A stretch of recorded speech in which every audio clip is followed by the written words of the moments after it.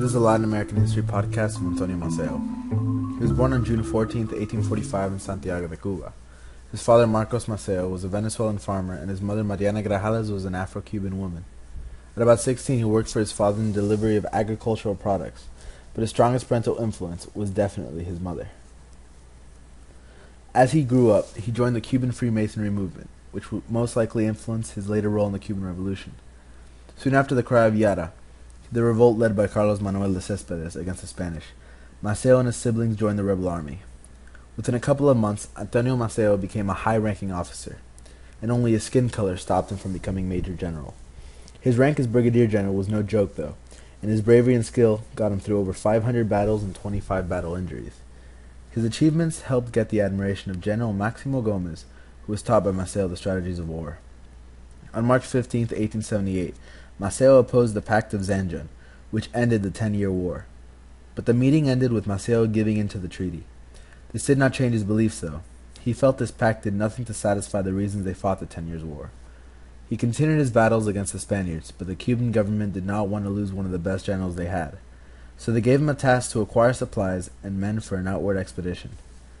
He eventually went to New York to plan a new revolution in Cuba with Calixto Garcia. After New York, he went to Haiti, Jamaica, and finally to Costa Rica, where he faced many assassination attempts. He returned to Cuba in 1895. There he was appointed second-in-command to Máximo Gómez of the Cuban Liberation Army. The two generals made their way across Cuba, heading west, taking on Spanish forces that clearly outnumbered them. With their great strategy of guerrilla combat, Maceo and Gómez took the island. At this time, Valeriano Weyler put many Cubans into concentration camps, expecting them to lose their rebel spirits. This in fact spurred their desire for liberation.